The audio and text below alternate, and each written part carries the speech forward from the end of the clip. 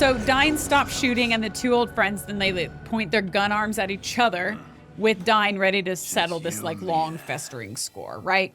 And that's when the Dyne versus Barret boss fight begins. Now, I'm not gonna lie, and I know, Spencer, you have tons of opinions on this. Yep.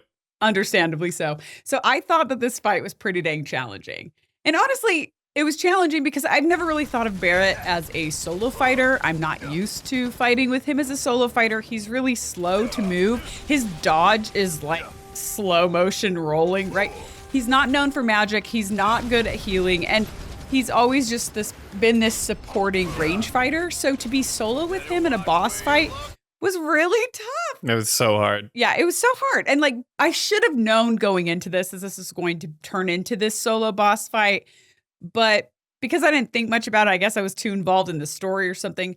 I didn't have Barret even equipped with assess materia. So defeating him was kind of trial by error for me. And I assume he was probably weak to fire, as most humans are in the Final Fantasy universe. But I also didn't have any fire materia equipped on Barret. So I couldn't even really take advantage of the weakness that I thought he had, which it turns out that is a weakness that he has, is he is weak to fire. So whoop-de-doo, that didn't help. So it was just a slow, like, chip away fight where I just kept shooting at him. And I honestly felt like I got hit by just about every single thing he threw at me, in addition to having, like, my own attacks interrupted constantly, being paralyzed. I mean, it was hard. It wasn't an easy fight. It maybe have been easy for some people out there, right? But not for me. Now, the question I have is he weak to fire because he's a human and that's kind of a common weakness? Or is it because his town burned down and it's psychological damage at the same time? Probably because he's a human. I mean, psychological damage. Yeah, you could probably read into that. But I just thought, oh, this is because he's a human being. Oh, I'm sorry. Am I giving too much credit to the writers? I just want to make sure I'm not. Yes, you are. You are. You are absolutely. The traumatic experiences of our past don't make us weak. I mean, like, yes. It's a fun thought. But as far as a game mechanic. I'm not going to give him that credit. No. I doubt that's what they were thinking or going for. Because if they did, that's pretty deep. I mean, I'm going to give them credit for that. Yeah, it is pretty deep, which means they didn't do it. No, I'm just kidding. Actually, oh, that's savage. They're pretty deep in a lot of ways, but they get, well, this. One time there was a thunderstorm and now Dyne is weak to lightning.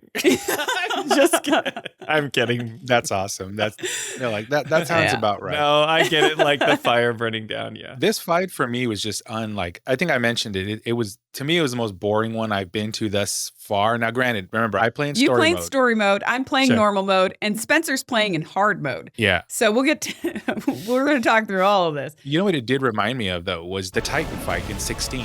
How? Well, because it started off, like you said, it was like very, Barret's very sluggish. Oh. And it's a one-on-one fight. Like the progression gets a little insane. Okay, yes. Yeah, when it goes off the rails. It goes off the rails like Titan did. Next thing you know, you've got like Black Sabbath and Ozzy level stuff going on. And I'm like, what is going on here?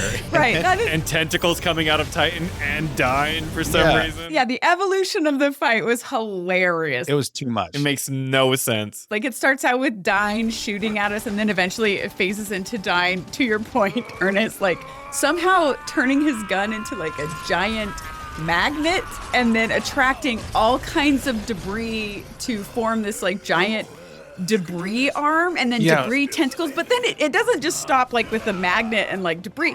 It suddenly these tentacles can like shoot lasers. Yeah, it goes way off the hook. They're like Doc Ock's like sentient arms. Yes. Exactly. And you're like, how does he have these powers? Yes. But I guess we're in a fantasy world and we have magic, so you take the leap. Even Barret's like, Dyne, what have you done to yourself? What have you done to yourself, man? And I'm like, exactly. What did Dyne do here? How did this happen? Like, there's no explanation. Yes, Ernest, you are so right. This is so bizarre because at first it's like, we know how Barret lost his arm. Right. But Dyne was with Barret and they kind of both chose gun arms, which is something that is funny. Is also hilarious. But the way the game portrays Dyne in this fight after the first boss phase, when he goes crazy in the magnetic tentacle arm, and the laser shooting whatever, that implies that some crazy experiment happened to him. Like Hojo got to him or something. As if like Hojo got to him or something happened. Right. That's how it feels. But nothing is ever explained. But I don't think that's actually a story case. No, and this is a problem I have in a lot of video games.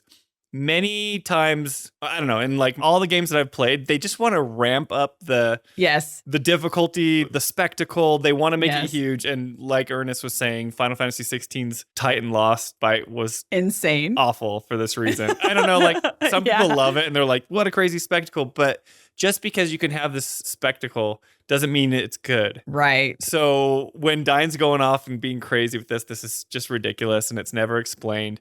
The problem is it's such an intimate moment with Dyne.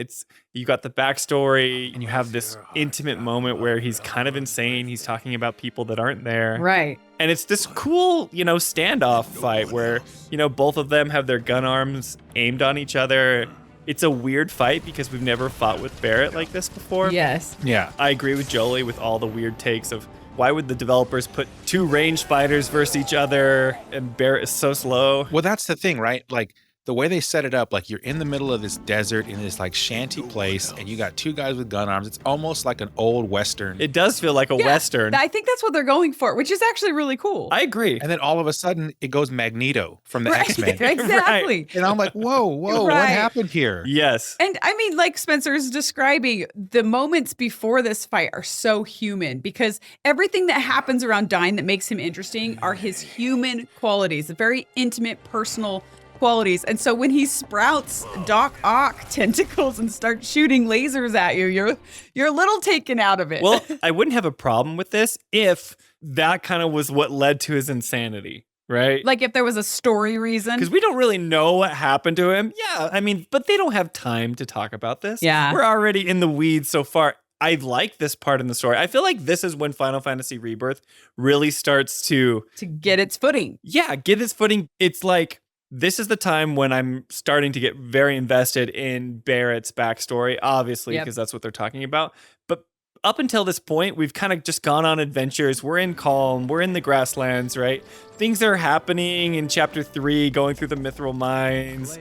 Okay, Junon a little bit, but we're not focusing on a single character, We're still... It's more of a series of events than an in-depth character story until we kind of get here. I mean, well... We get glimpses of other characters. Like, we get a little bit of Yuffie's backstory when she's introduced to the party. Or North Corel. There's pieces of it, Or we get a little bit of what's happening with Cloud or whatever.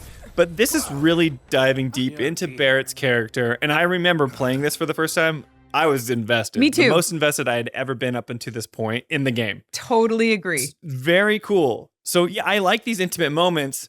And so when Dyne is kind of a psychopath, you're like, whoa, this is pretty intense because he's important to Barret, but it's getting really kind of iffy when he starts naming people that aren't there. And then he has these tentacle arms, and he has this Magneto moment, and you're thinking, wow, maybe something crazy went down, right? I just thought it was Japan. It was like, this has probably nothing to do with the story. But the thing is that all of us on this panel or in this discussion had a conscious thought that took us out of the game when those tentacles came out, right? So we're pulled out of the moment to think about the fact that we're playing a game, right? And that's not something you want to do whenever you can avoid it as a storyteller of any medium. Right. And that rarely happens to me because I usually take things at face value and enjoy them. Right, you do. And it even happened to you. This was one of those like, what just happened here? It was just like the Titan fight. Like, what is going on here? Like, this is crazy. When spectacle trumps story or character building, don't do it. Right. I know the temptation is there because it's like, you got to have a boss phase. So this is an interesting boss. So let's talk about the fight. So you start out, there's all this debris that's conveniently placed throughout the little arena that you fight in that Jolie described. And the reason why the debris is there is because Barret is so slow and his roll is awful. So a guy with a gun arm that's just going to unload on you is going to hit you no matter what. So you have to hide behind the debris. Right. Which I think is kind of unfair because you think that they would be equally matched. But Dyne has got the HP of a freaking mountain. Like, you cannot kill him. He has Titan-based HP. Yeah, so it's just ridiculous. But you have to hide behind this debris. He throws different attacks at you, like paralyzing shot. It goes out in a shockwave, kind of like in a cone. And you have to dodge the little lightning bolts that go across the floor. Well, and Barret is huge, so it's really hard to not get hit by the paralyzing lines because he takes up so much space. Yeah, it's like him trying to like hide behind a pencil. Yeah. Yeah. It feels like that. And it's like, this is not going to work. Yeah, it doesn't work. And I think the paralyzing lines go through the debris. Like, I don't even think it matters. They do, but they have these little telegraphed lines that shoot out that tell you where they're going to go. Yeah, you see the lines ahead of time. I still can't avoid them half the time. Well, because he's slow. Yes. And he's big. Yeah. What you ended up having to do is not roll because his roll slows him down, which is counterintuitive because all the other characters you can roll and it moves you quicker. But you just run, and Barret runs decently fast if you don't dodge. But you have to stay away from Dyne because Dyne has abilities. He's got the paralyzing shot. He's got his firebomb ability. When he throws out his firebomb, if it hits you, then it lowers your armor. Oh, yeah, that's right. So then you take more damage to his bullets as well. Yeah. This is the first phase. And if you're not behind armor, if there's a line of sight, if Dyne can see Barret, what he'll do is what's called point blank.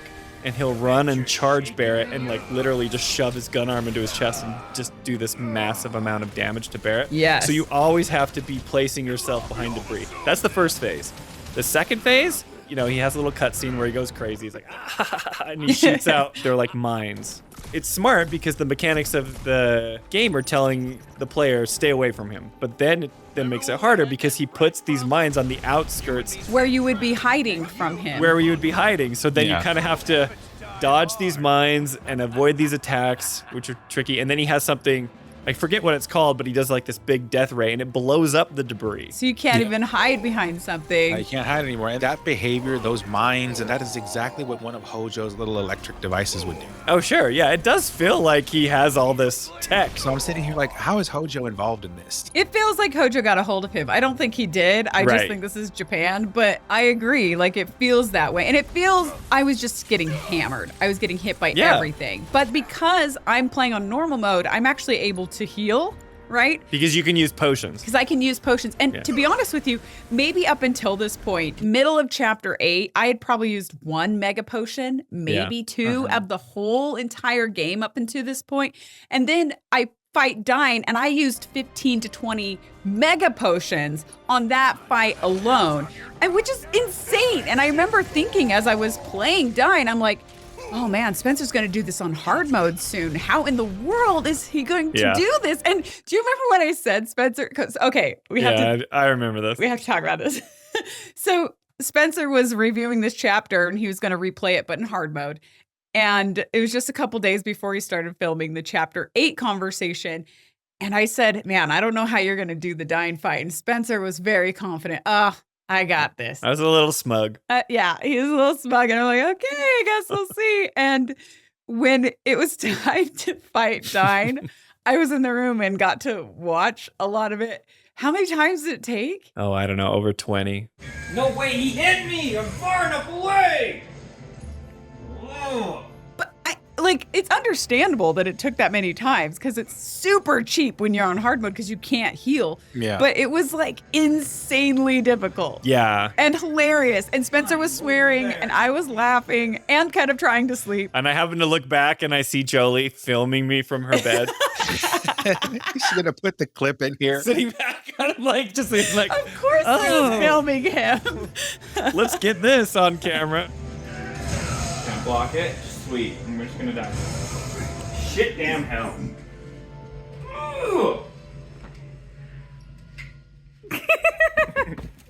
No! And the thing is, like, on top of the fact that it was all that, it was a slow, like chip away. Yeah. chip away fight. So I likened it to like that one year that it was the Spurs versus the Pistons in the NBA championship. It was like the most boring NBA championship you ever seen, lowest scores ever.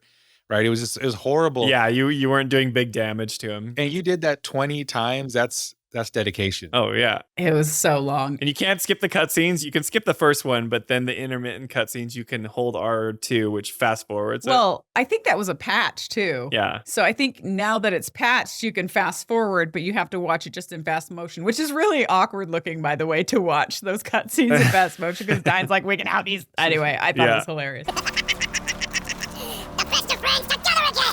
But this is what's cool because you have to fight it a certain way on a hard mode to beat it. And this is what the developers want. The developers want you to learn the mechanics of the fight. Yep. So you can't fight the same way that you always do. No. When I have my main party, I'm fighting a certain way. Which I like that aspect. I do. But this is such a 180 pivot from what we've been doing the entire remake series and rebirth series. I think anyone who plays this, I don't know, maybe you disagree with me, but anyone who's played this, I think they all remember the Dyne fight for being obtuse and weird and very, very challenging. Even in story mode, by the way. Sure. Okay. Yeah. Okay. Cool. That's crazy. So on the perimeter, he sets the mines. Then he shoots this big death ray that he shoots it twice, and he'll blow up 2 things of debris. And it's very, very, very, very hard to dodge. Yes. So you usually have to stay behind the debris, but then the debris is gone. So the mechanics are, hey, you need to not just run and hide anymore. You need to pressure this guy. You need to fight him and advance to the next stage, because if you take too long of a time to get him down, then all the debris is going to be gone in the arena, and he's just going to kill you. Anyway, so once you get past that really challenging part, you think, oh, I'm done. And then phase 3 comes, and this is when Magneto, Doc Ock tentacle moment comes, and you're just like, what the heck, Japan? Like, what is happening?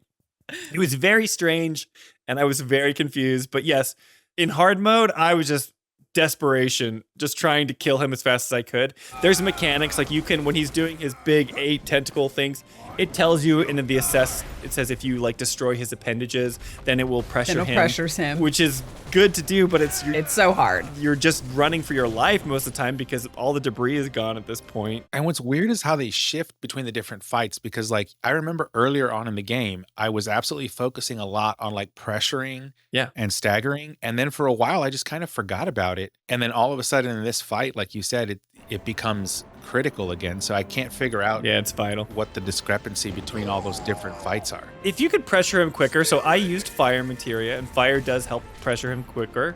Offensive damage pressures him as well.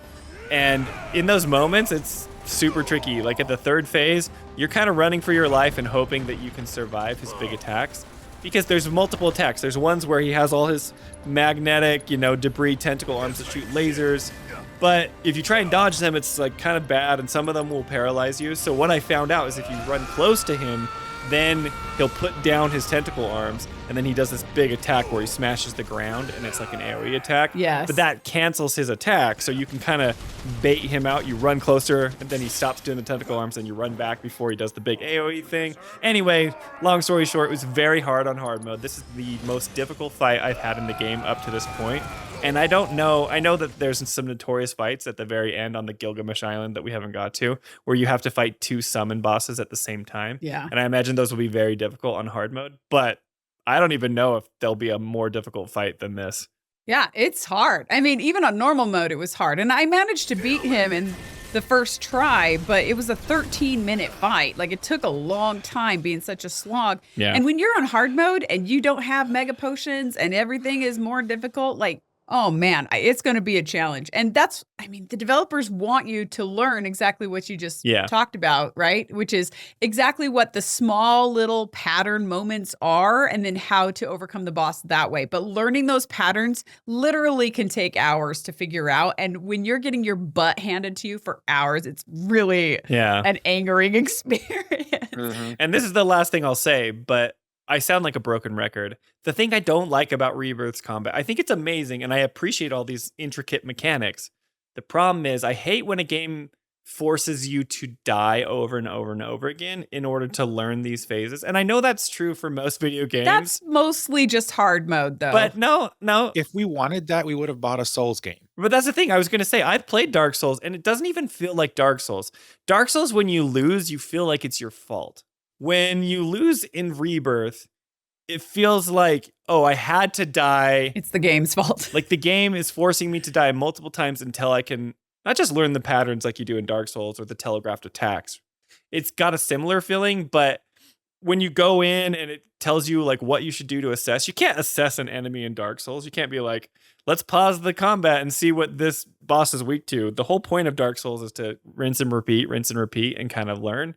This doesn't feel like that only in certain cases. And then when it does, it just feels like it halts your progress immediately. Yeah. And I just don't like that feeling. Do you think it feels that way on normal mode too? Well, I remember I did the exact same thing as you. I used X potion or mega potions galore. I used like almost my crazy. entire inventory the first time I fought Dyne. And I didn't die either. I was just like you, but it took me a very long time. And I remember feeling unsatisfied. I just thought, that was a terrible fight. That's exactly how I felt. And I had to use all my consumables, which is, I guess, is a good thing because I'm hoarding consumables and I never use them in games. yeah, it's like, when do you ever use them, really? But so it made me use them. but it does make you feel like, wow, at least I won, but the victory is Yeah, it not didn't feel celebrated. right. It's kind of like, that sucked. And it was a very anti-intuitive fight. Like you had two range fighters, right? So you're trying to hide behind debris, but in order for you to hit him, you have to expose yourself, right? Yeah. Which then Right. you get hit in the counter. So it's, at least in story mode for me, right? I was like, what am I supposed to do here other than just chip away from him slowly over the course of, it's like the thing in Star Wars that digests you over 10,000 years. Yeah, it felt like that. It was that kind of a fight. I'm looking forward to the people in the comments who just have mastered this fight. And good for you. And they say, oh, That is not us. you need to use slow materia or stop him and then blow him up with fire. But he's immune to everything. Like, He's not immune to stop. I actually stopped him. oh, he's not? Yeah. See, I always feel like there's some weird strategy that someone online has mastered. That we just don't catch on until, and yeah. they'll say, like, this is how you beat Dyne, right? And I'm Right. sure that they know all the mechanics and they can dodge every attack. So, anyway, if you're out there in the comments, please tell us what we did wrong on the Dyne fight. Because for us, Yes. it was a slog and we hated it. But don't be the actually person. Actually. Yeah. Don't be that way. If you would have just done this easy thing, just, Yeah, I need to get my glasses. Actually.